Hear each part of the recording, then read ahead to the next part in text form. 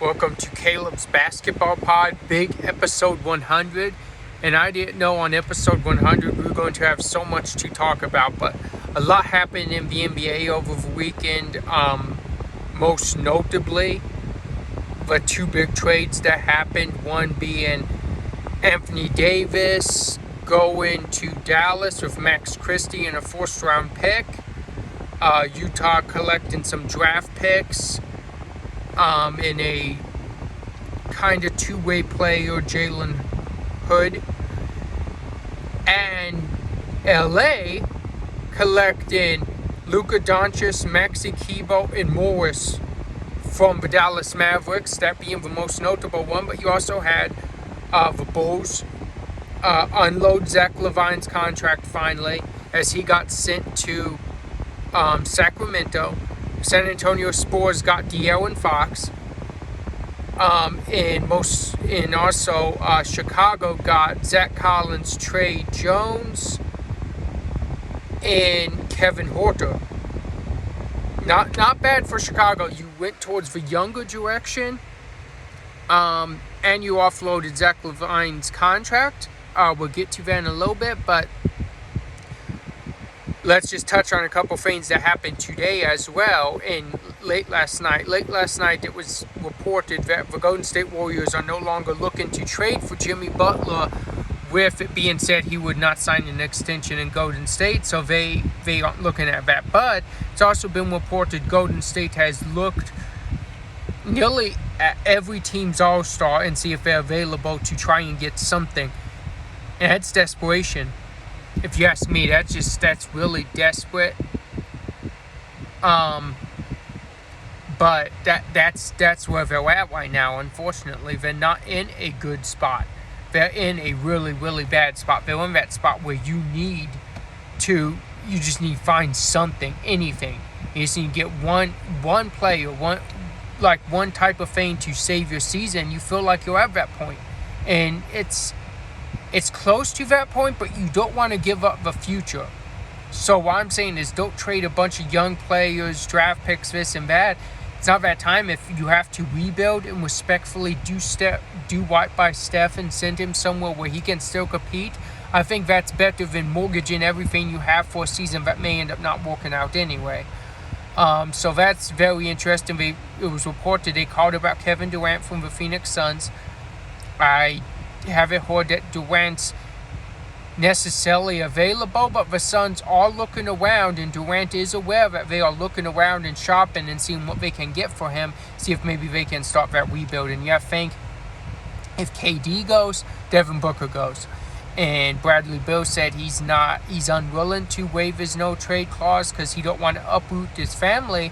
But does that change if Booker and KD go at the trade deadline, say Phoenix goes into a rebuild? Does Bradley Beal want to be through another rebuild?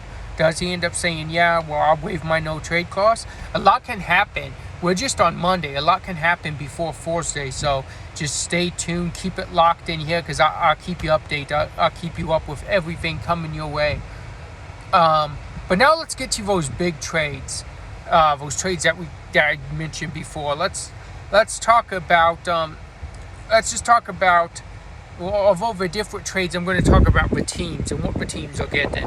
So we're just going to start off with a quick one. We're going to start off with the Utah Jazz. Draft picks, well, that's what they want. A player that you get to develop and see if you can get anything out of them, I don't think that's bad either.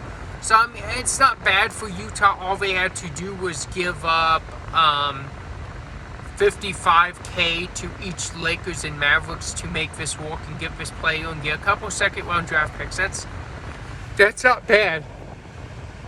If you ask me, I think that's fine. I think you did a little to no risk at all, and you see what you can get from it. Hopefully you can find someone in the draft, and you got a player that you could develop and see if there's anything there. Move on to the next quicker team. Let's talk about Chicago. They got their draft pick back. It's how it worked out. They got their 2025 draft pick back. And without Zach LaVine, I'm assuming Chicago's going to start really going downhill quicker, just having Vucevic and not much else. I mean, Kobe White's been an up-and-coming star. star, but they're at the rebuild stage.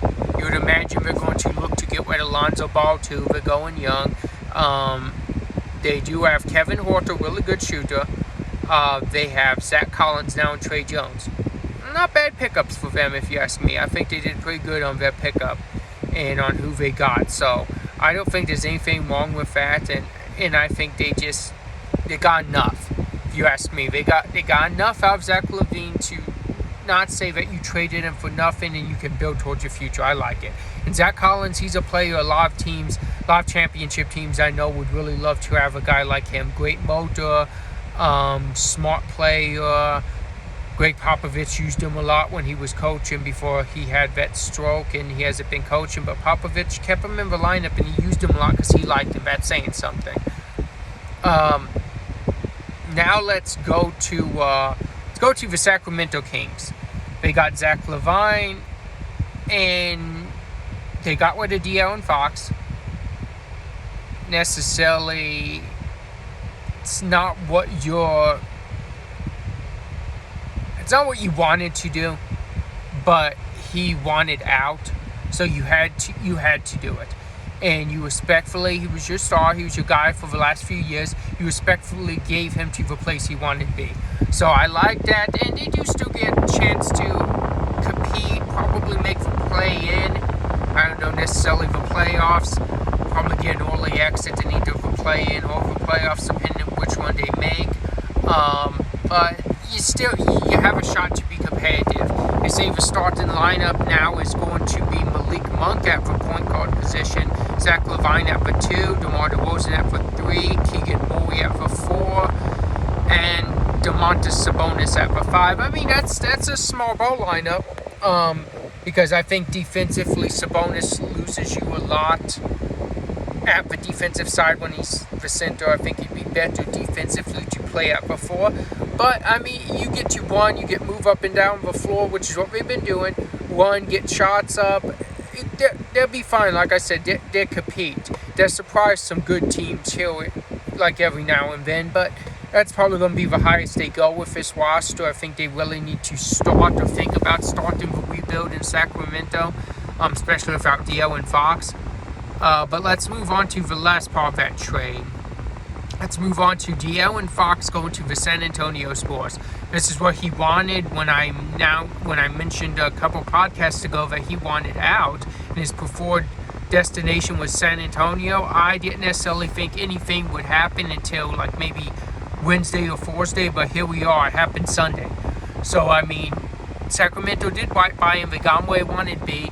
And I think for years to come, that's going to be a scary duo of De'Aaron Fox and Victor Wembanyama. And they got to keep Chris Paul in that. So you still also have a veteran point guard who's been here in these situations to show and teach these younger guys what to do and what they should be doing and what they should be working on. I like it.